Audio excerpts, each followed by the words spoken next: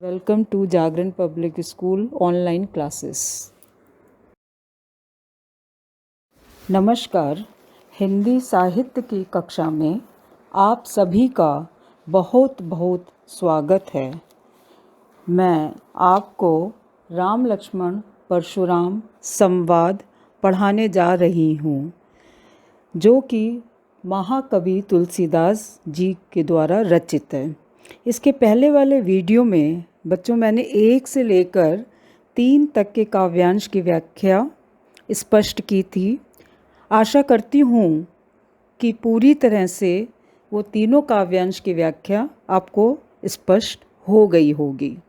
अब पार्ट 2 में आप चौथे काव्यांश से व्याख्या समझेंगे और मैं एक एक काव्यांश पढ़ती जाऊंगी, दोहा और चौपाइयाँ। उसके बाद उनकी व्याख्या और कठिन शब्दों के साथ आपको स्पष्ट करूंगी। आइए पढ़ते हैं। अब बच्चों मैं आपको चौथे काव्यांश की व्याख्या स्पष्ट करने जा रही हूँ, और इसको पहले मैं काव्यांश को पढ़ती हूँ, कठिन शब्द बताती हूँ, उसके बाद एक एक लाइन पढ़ करके आपको स्पष्ट करूँगी। कौशिक सुनहु मंद यही बालक, कुटिल काल बस निज कुल घालक, भानुवंश राकेश कलंकु, निपट निरंकुश अबुद्धु असंकु। यहाँ पे कौशिक विश्वामित्र जी के लिए कहा गया है। मंद माने मूर्ख, येहु माने यह, कुटिलु माने कठोर टेढ़ा या दुष्ट, कालवश माने काल के वश होकर के, मृत्यु के वश होकर के, निज माने अपने, घालकू माने नाश करने वाला, भानुवंश माने सूर्यवंश, राकेश माने चंद्रमा, कलंकु माने दाग, निपट माने निरा, निरंकुशु माने स्वच्छंद या उद्दंड दुष्ट, अबुद्धू माने नासमझ मूर्ख, असंकु माने निर्भीक, काल कवलु माने काल का ग्रास, छनमाई माने क्षण भर में, खोरी माने दोष, हटकऊ माने रोके, जौ माने यदि, उबारा माने बचाना, प्रतापु माने यश, रोष माने क्रोध, सुजश माने यश, अक्षत माने छोड़कर, वर्णय वर्णन, पारा माने पाएगा, मुँह माने मुँह, बरनी माने वर्णन किया, पुनि माने फिर, रिस माने क्रोध, ये मैं कई बार बता चुकी हूँ आपको, रोक माने रोक कर, दुसह माने असहनीय दुख, सहु माने सहन कर रहे हो, वीरव्रती माने वीरता के व्रत का पालन करने वाले, धीर माने धैर्य, अक्षोभा माने क्रोध रहित, गारी माने गाली, पावहु माने प्राप्त करते हो, शोभा माने शोभा सुंदरता, सूर माने शूरवीर के लिए कहा गया है, समर माने युद्ध, करही माने करते हैं, जनावही माने प्रकट करते हैं, आपू माने स्वयं, विद्यमान माने मौजूद या उपस्थित, रण माने युद्ध, रिपु माने शत्रु, कायर माने डरपोक, कथई माने कहते हैं। अब आप पहली लाइन की व्याख्या देखिए। कौशिक सुनहु मंद यही बालक। यहाँ पे कौशिक विश्वामित्र से के लिए कहते हैं, लक्ष्मण का अपमानजनक व्यवहार देखकर गंभीर होते हुए परशुराम विश्वामित्र से कहते हैं, क्या कहते हैं? हे विश्वामित्र सुनो, यह कुटिल कालवश अपने कुल का नाश करने वाला बड़ा ही मूर्ख बालक है। किसके लिए कहा गया? लक्ष्मण के लिए। क्या कहा गया? कौशिक सुनहु मंद येहु बालक। मंद माने बुद्धिहीन या कम बुद्धि वाला, येहु माने ये बालक है, कुटिल माने मैंने आपको बताया काल के वश हो रहा है, निज कालुक कुल घालको। यह बालक, हे विश्वामित्र, फिर से ध्यान से सुनिए, हे विश्वामित्र सुनो, यह कुटिल कालवश अपने कुल का नाश करने वाला बड़ा मूर्ख बालक है। मंद माने मूर्ख बालक है। ठीक है, ये पहली लाइन का अर्थ समझ में आ गया होगा। भानुवंश राकेश कलंकु, निपट निरंकुश अबुद्धु असंकु। यह सूर्यवंश में, भानुवंश माने यह सूर्यवंश में होते हुए भी पूर्णचंद्र का कलंक है। राकेश माने चंद्रमा, ये पूर्ण चंद्रमा का कलंक है। हालांकि ये सूर्यवंश के हैं, ये सब सूर्यवंशी कहलाते हैं, राम लक्ष्मण लेकिन फिर भी ये लक्ष्मण के लिए कह रहे हैं, ये सूर्यवंश में होते हुए भी पूर्ण चंद्रमा का कलंक के समान है, कलंक है। निपट निरंकुशु अबद्धु असंकु, यह निरा, उदंड, मूर्ख और निर्भीक है। ये एकदम लक्ष्मण जी के लिए कह रहे हैं परशुराम कि ये बहुत ही केवल उद्दंड, मूर्ख और निर्भीक भी है। ठीक है, नेक्स्ट लाइन, काल कवलु होय छन माही, और ये काल कवलु मतलब ये क्षण मात्र में ही काल का ग्रास बनने वाला है, यानी इसकी क्षण मात्र में ही, छन माही माने क्षण मात्र में ही ये मृत्यु को प्राप्त होने वाला है। कहो पुकार खोर मोही नाही, मैं पुकार करके कह देता हूँ, फिर मुझे दोष मत देना। तुम हटकऊँ जो चाहू उबारा, कही प्रताप बल रोष हमारा। अब आगे कहते हैं कि फिर यदि तुम इस बालक को, यदि तुम इस बालक की रक्षा करना चाहते हो, तुम हटकऊँ जो चाहूँ उबारा, चाहूँ उबारा माने रक्षा करना, यदि तुम इस बालक की हट करके रक्षा करना चाहते हो तो कही प्रताप बल रोष हमारा, तो इसे मेरे बल, प्रताप और क्रोध के बारे में बता करके इसे रोक लीजिए, रोक लो। I hope it is clear. ठीक है, अब 5वीं लाइन का देखिए, लखन कहूँ मुनि सुजस तुम्हारा, तुम ही अछत को बरने पारा। अब लक्ष्मण ने कहा, हे मुनि, आपके यश का, सुजस तुम्हारा माने मुनि माने विश्वामित्र के लिए कहा है, लखन कहूँ माने लक्ष्मण कहते हैं या लक्ष्मण ने कहा, हे मुनि, आपके यश का आपको छोड़कर और कौन वर्णन कर पाएगा। तो मैं अछत को बरने पारा माने वर्णन कर पाना, अछत माने छोड़कर, सुजस माने यश को, आपके यश को आपको छोड़कर और कौन वर्णन कर पाएगा, अर्थात आप अपने यश का स्वतः ही वर्णन कर रहे हैं, अपने मुंह से ही अपने यश का आप बखान कर रहे हैं। अब आगे 6ठी लाइन देखिए, अपने मुँह तुम आपन करनी, बार अनेक भांति बहुबरनी। और आप तो अपने मुँह से अनेक बार तरह तरह से, भांति माने तरह तरह से अपने यश का आप वर्णन कर रहे हैं, मतलब आप भांति माने बहुत तरीके से आप अपने यश का वर्णन कर रहे हैं। आगे क्या कहते हैं, नहीं संतोष ता पुण्य कछु कहो, जन रिस रोक दुसहो दुख सहूँ। इतने पर भी आपको संतोष नहीं है तो जो कुछ और कहने के लिए शेष रह गया कृपया कह दीजिए, कृपया कह दीजिए। इसके लिए क्रोध को रोककर क्यों असहनीय दुख को सहन कर रहे हैं। जन रिस रोक माने अपने क्रोध को रोक करके क्यों असहनीय दुख सहूँ, तो अपने दुख को क्यों सहन कर रहे हैं। वीरव्रती तुम धीर अछोभा, गारी देत न पावहु शोभा।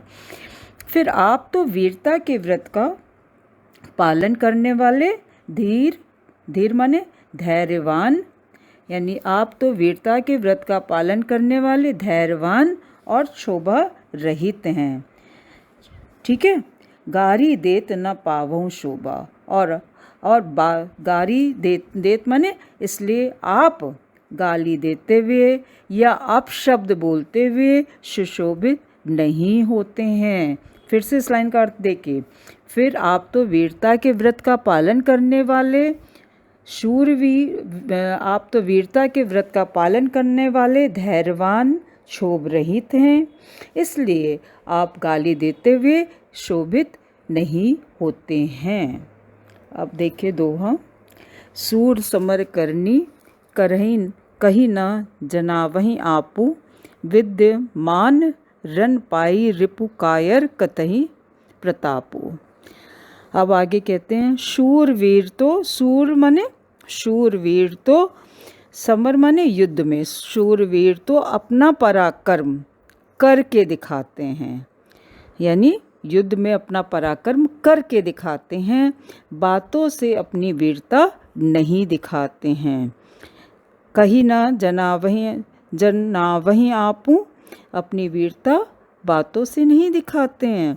युद्ध में शत्रु को सम्मुख उपस्थित देखकर कायर पुरुष ही अपनी वीरता की प्रशंसा करते हैं। विद्यमान रणपाई रिपु कायर कतई प्रतापु, प्रतापु माने प्रताप की, अपनी वीरता की बात करना। तो इसका फिर से एक बार अर्थ देख लीजिए। शूरवीर तो अपना पराक्रम करके दिखाते हैं, बातों से अपनी वीरता नहीं दिखाते हैं। युद्ध में शत्रु को सम्मुख उपस्थित देखकर कायर पुरुष ही अपनी वीरता की प्रशंसा करते हैं। कायर कथई प्रताप माने कायर पुरुष ही अपनी वीरता की प्रशंसा करते हैं। अर्थात कहने का तात्पर्य यह है कि यदि युद्ध मैदान का क्षेत्र है तो उसमें अपनी बातों से वीरता शूरवीर नहीं दिखाते, वो कुछ करके, युद्ध में कुछ करके दिखाते हैं अपनी वीरता। मुंह से बखान करने से कुछ नहीं होता है, ये चीज़ लक्ष्मण जी कह रहे हैं। अब मैं आपको 5वां काव्यांश की व्याख्या स्पष्ट करने जा रही हूँ, ध्यान से सुनिए। तुम्हों तो कालू हाक जनुलावा, बार बार मोहि लागी बुलावा, सुनत लखन के वचन कठोरा, परसु सुधारि धरऊं कर घोरा। अब इसके पहले थोड़े से कठिन शब्द देख लीजिए। कालु माने काल या मृत्यु, जन माने जैसे, सुधारि माने सुधार कर माने हाथ, कटुवादी माने कड़वे वचन बोलने वाला, बद जोगु माने मारने योग्य, बाचा माने बचाया, मरनिहार माने ये मरने वाला है, साचा माने सच में या सचमुच, खर माने दुष्ट, अकुरन माने जिसमें दया या करुणा ना हो, गुरही माने गुरु के, उरिन माने ऋण से मुक्त, गादी सुनु माने गादी के पुत्र अर्थात विश्वामित्र, हरिहरे माने हरा ही हरा, अपमय माने लोहे की बनी हुई, खांड माने तलवार, ऊखमय माने गन्ने से बनी हुई, अजौ माने अब भी। अब देखिए पहली लाइन की व्याख्या। तुम तो कालू हाक जनुलावा, बार बार मोहि लागे बुलावा। लक्ष्मण परशुराम जी से बोले, मुझे ऐसा लग रहा है। क्या लग रहा है? देखिए, मानो आप कालू हाक जनुलावा, मानो आप काल को हाक यानी आवाज लगाकर बार बार मोहि लागे बुलावा, बार बार उसे आप मेरे लिए बुला रहे हैं। अर्थात आप मृत्यु को बार बार मेरे लिए आवाज़ लगा करके बुला रहे हैं। ये पहली लाइन की व्याख्या। सेकंड लाइन, सुनत लखन के वचन कठोरा, परसु सुधारि धरऊं कर घोरा। लक्ष्मण जी के ऐसे वचन, ऐसे कठोर वचन सुनते ही, सुनत लखन के वचन कठोरा, लक्ष्मण जी के ऐसे कठोर वचन सुनते ही परशुराम का क्रोध और बढ़ गया। उन्होंने अपने भयानक फरसे को घुमाकर अपने हाथ में ले लिया। सुधारी धरो माने या ठीक से संभाल करके पकड़ लिया। उन्होंने अपने भयानक फरसे को सुधार करके अपने हाथ में ले लिया। और तीसरी लाइन का देखिए, अब जन देई दोष मोहि लोगु, कटुवादी बालक बद जोगु। और क्या बोलते हैं? और बोले, अब लोग मुझे दोष मत देना। देई दोष मोहि लोगु माने अब यहाँ पर उपस्थित सभा में जितने लोग बैठे हैं, आप सभी से मैं कह रहा हूँ, आप लोग मुझे दोष मत देना। किस चीज़ के लिए? कटुवादी बालक बद जोगु, इतने कड़वे वचन बोलने वाला यह बालक मारे जाने के योग्य है। चौथी लाइन देखिए, बाल बिलो की बहुत मैं बाँचा, अब यहूँ मर निहार भा साचा। अब कहते हैं परशुराम, बालक देखकर, बाल बिलोक माने देखकर, बालक देखकर इसे मैंने बहुत बाचा माने इसे मैंने बहुत बचाया है। बालक देखकर इसे मैंने बहुत बचाया है। अब येहू मर निहार भा साचा, साचा माने सचमुच, पर अब यह सचमुच यह बालक मरने वाला है। अब देखिए 5वीं लाइन। कौशिक कहा क्षमऊ अपराधु, बाल दोष गुण गनहि न साधु। परशुराम के क्रोध को देखकर कौशिक माने विश्वामित्र उठ खड़े हुए और बोले, क्या बोले? कहा क्षमऊ अपराधु, क्या बोले? अपराध क्षमा कीजिए। बाल दोष गुण गनहि न साधु, बालकों के दोष और गुण को साधु माने साधु लोग नहीं गिना करते हैं, यानी साधु लोग बालक के गुण दोष को महत्व नहीं देते हैं। देखिए 6ठी लाइन। खर कुठार मैं अकरुण को ही, आगे अपराधी गुरद्रोही। अब आगे क्या कहते हैं? तब परशुराम ने कहा कि यह मेरा दुष्ट फरसा है। खर कुठार माने ये बहुत ही दुष्ट यानी बहुत ही शार्प फरसा है, और मैं स्वयं आगे अपराधी गुरद्रोही, और मैं स्वयं दया रहित हूँ। अकरुण माने दया रहित हूँ और क्रोधी हूँ, और उस पर यह गुरद्रोही मेरे सामने उत्तर दिए जा रहा। गुरद्रोही माने गुरु का द्रोही है, ये गुरु का शत्रु है जो मेरे सामने उत्तर पे उत्तर दिए चला जा रहा है। अब देखिए 7वीं लाइन। उत्तर देत छोड़ो बिनु मारे, केवल कौशिक शील तुम्हारे।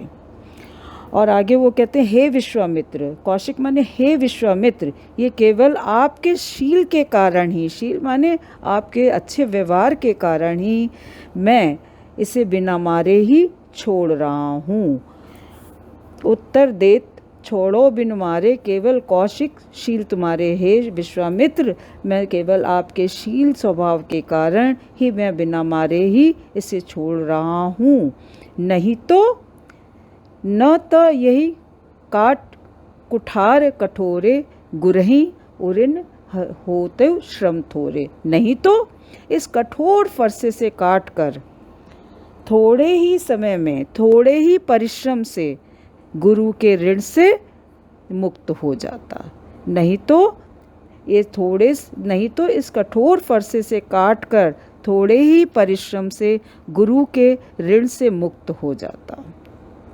ठीक है, इज इट क्लियर? चलिए 2वां वाली लाइन अब देखिए। गादी सुनु कै हृदय हसी मुनहि हरिहरे सूझ। गादी सुनु के लिए क्या विश्वामित्र जी के लिए कहा गया है? परशुराम के वचन सुनकर विश्वामित्र ने अपने हृदय में हंसकर सोचा। गादी सुनी माने विश्वामित्र में, कह माने इनके वचन सुन करके, हृदय माने हृदय से, हृदय में हंसकर, हंसी माने हंसकर सोचा। क्या सोचते हैं? पूरी चीज़ आप फिर से सुनिए। परशुराम के वचन सुनकर विश्वामित्र ने अपने हृदय में हंसकर सोचा। क्या सोचा? मुनहि हरिहरे सूझ। मुनि परशुराम को हरा ही हरा सूझ रहा है, अर्थात चारों ओर विजयी होने के कारण ये राम और लक्ष्मण को साधारण क्षत्रिय ही समझ रहे हैं। फिर से देख लीजिए। गादी सुनु कै हृदय हसी मुनहि हरिहरे सूझ, आय मैं खांड न ऊख मैं अजौ न बूझ अबूझ। परशुराम के वचन सुनकर विश्वामित्र कै हृदय हसी, विश्वामित्र ने अपने हृदय में हंसकर सोचा। क्या सोचा? मुनि परशुराम को हरा ही हरा दिख रहा है। हरिहरे सूझ माने चारों तरफ उनको विजय ही विजय दिख रही है, हरा ही हरा सूझ रहा है, अर्थात चारों ओर विजयी होने के कारण ये राम और लक्ष्मण को साधारण क्षत्रिय समझ रहे हैं। इसके पीछे एक प्रसंग ये है कि परशुराम ने अनेक बार पृथ्वी पर से राजाओं यानी क्षत्रियों को मार करके क्षत्रिय विहीन कर दिया था, इसलिए उनको हर बार उनको विजय ही विजय प्राप्त हुई है, सफलता ही सफलता प्राप्त हुई है। इसी के कारण विश्वामित्र ने अपने मन में, हृदय में सोच करके हंसते हैं इनकी बात पर कि मुनि परशुराम को तो सब तरफ हरा ही हरा दिख रहा। क्यों? क्योंकि उनको पहले विजय ही प्राप्त हुई है, इसलिए चारों ओर विजय होने के कारण, विजयी होने के कारण ये राम और लक्ष्मण को साधारण क्षत्रिय ही समझ रहे हैं। मुनि अब भी नहीं समझ रहे हैं कि ये दोनों बालक साधारण बालक नहीं हैं, ये लोहे की बनी हुई तलवार हैं, यानी कि बहुत ही फौलादी हैं, लोहे से बनी हुई तलवार हैं और गन्ने के रस की नहीं है जो मुंह में लेते ही गल जाएं। अर्थात राम और लक्ष्मण सामान्य वीर ना होकर बहुत ही पराक्रमी योद्धा हैं। मुनि परशुराम जी अज्ञानियों की तरह इनके प्रभाव को समझ ही नहीं पा रहे हैं। आई होप इट इज़ क्लियर। फिर से एक बार मैं इस लाइन को आपको एक्सप्लेन कर देती हूँ। देखिए, परशुराम के वचन सुन विश्वामित्र जी मन ही मन हंसकर कहने लगे, मुनि को अब तक अनेक क्षत्रियों को पराजित करने के कारण सबको वो एक समान समझ रहे हैं, अर्थात राम लक्ष्मण को भी उन्हीं की तरह साधारण समझ रहे हैं। ठीक है, चलिए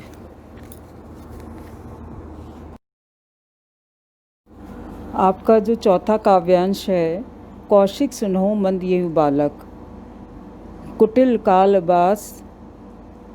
बस निज कुल घालको, इसके आधार पर ये जो प्रस्तुत काव्यांश आप स्लाइड में देख रहे हैं, इसके आधार पर कुछ संभावित प्रश्न बनते हैं। मैं यहाँ पर उन प्रश्नों की चर्चा करूँगी, क्योंकि CBSE में अक्सर काव्यांश के आधार पर प्रश्नों को पूछा जाता है। जो किताब के आखिरी में प्रश्न है उनके अतिरिक्त, तो यहाँ पर मैंने चौथा वाला काव्यांश आपकी पुस्तक से लिया है और उसके आधार पर जो संभावित प्रश्न हैं उनकी मैं अभी चर्चा करने जा रही हूँ। लक्ष्मण परशुराम को ही उनका अपना यश बखानने में समर्थ क्यों मानते हैं? यहाँ उन्होंने परशुराम के किन गुणों की ओर संकेत किया है? तो इसके उत्तर में आप लिखेंगे, लक्ष्मण परशुराम को ही उनका अपना यश बखानने में समर्थ मानते हैं, क्योंकि जिस प्रकार वह अपने कार्यों का अनेक प्रकार से, अनेक तरीके से, अनेक बार वर्णन कर सकते हैं, उस प्रकार से अन्य कोई उनके यश का वर्णन नहीं कर सकता है। यहाँ लक्ष्मण ने परशुराम के क्रोध, अभिमान, बड़बोलेपन आदि दुर्गुणों की ओर संकेत किया है। दूसरा प्रश्न, आशय स्पष्ट कीजिए। नहीं संतोष तो पुण्य कछु कहूँ, यह कथन लक्ष्मण ने परशुराम से कहा है। इसका आशय यह है कि अब तक आप अर्थात परशुराम ने अपने सुयश का बहुत बार गुणगान कर चुके हैं और अपने प्रताप एवं वीर गाथा के द्वारा मुझे यानी लक्ष्मण को डराने का प्रयास कर रहे हैं। परंतु इतने पर भी आपको यदि संतोष नहीं है, नहीं संतोष तो पुण्य कछु कहूँ, यदि इतने पर भी आपको संतोष नहीं हुआ है तो आप अपनी वीरता में कुछ और कहना चाहते तो कह लीजिए, जिससे आपको पूर्ण रूप से संतोष हो जाए। फिर से तीसरा प्रश्न देखिए, आपके विचार से लक्ष्मण का कौन सा कथन सर्वाधिक व्यंग्यपूर्ण है? इसके अंदर प्रस्तुत काव्यांश में हमारे विचार से लक्ष्मण का निम्नलिखित कथन सर्वाधिक व्यंग्यपूर्ण है। इसमें आप ये पंक्ति लिखेंगे, नहीं संतोष ता पुण्य कछु कहूँ, जन रिस रोक दुसह दुख सहूँ। अब मैं आपको पांचवें काव्यांश के आधार पर कुछ संभावित प्रश्न हैं उनकी चर्चा करना चाहूँगी। आप स्लाइड में देख सकते हैं, तुम तो कालू हाक जन लावा, ये वाला आपको मैं बता चुकी हूँ, एक्सप्लेन कर चुकी हूँ। पहला प्रश्न देखिए, लक्ष्मण के किस कथन से उनकी निडरता का परिचय मिलता है? इसमें बच्चों आप लिखेंगे, लक्ष्मण परशुराम जी से कहते हैं कि ऐसा लगता है कि आप बार बार हाक माने आवाज़ लगाकर आप मृत्यु को, काल को मेरे लिए बुला रहे हैं। इस कथन से लक्ष्मण की निडरता का परिचय मिलता है। लक्ष्मण परशुराम से कहते हैं कि ऐसा लगता है कि आप बार बार हाक लगाकर काल मृत्यु को, काल माने अर्थात मृत्यु को मेरे लिए बुला रहे हैं। इस कथन से लक्ष्मण की निडरता का परिचय मिलता है। दूसरा प्रश्न, परशुराम ने सभा में किस कार्य का दोष उन्हें न देने के लिए कहा है? इसमें आप लिखेंगे, परशुराम ने सभा में उपस्थित सभी लोगों से कहा कि इतना कटु बोलने वाला बालक, यह लक्ष्मण, अब निश्चित तौर से ही या अब निश्चय ही ये बालक मारे जाने के योग्य है।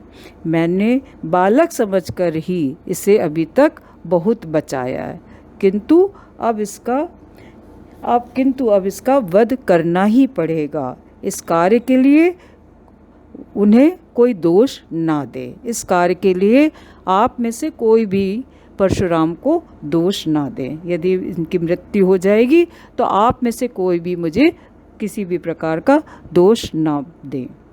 तीसरा क्वेश्चन, परशुराम क्यों क्रोधित हो गए?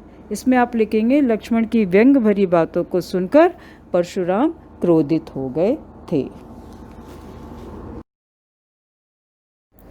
बच्चों, मैं आशा करती हूँ कि आपको ये तीनों काव्यांश में आई सभी चौपाइयों और दोहों की व्याख्या पूर्ण रूप से स्पष्ट हो गई होगी। और अगले वीडियो में मेरे अगले 3 काव्यांश की आप व्याख्या जान सकेंगे और सुन सकेंगे। और अभी के लिए आप मेरे सारे वीडियोस के लिए प्लीज़ सब्सक्राइब माय चैनल और लेटेस्ट वीडियो के लिए बेल आइकन बटन को दबाएं। धन्यवाद।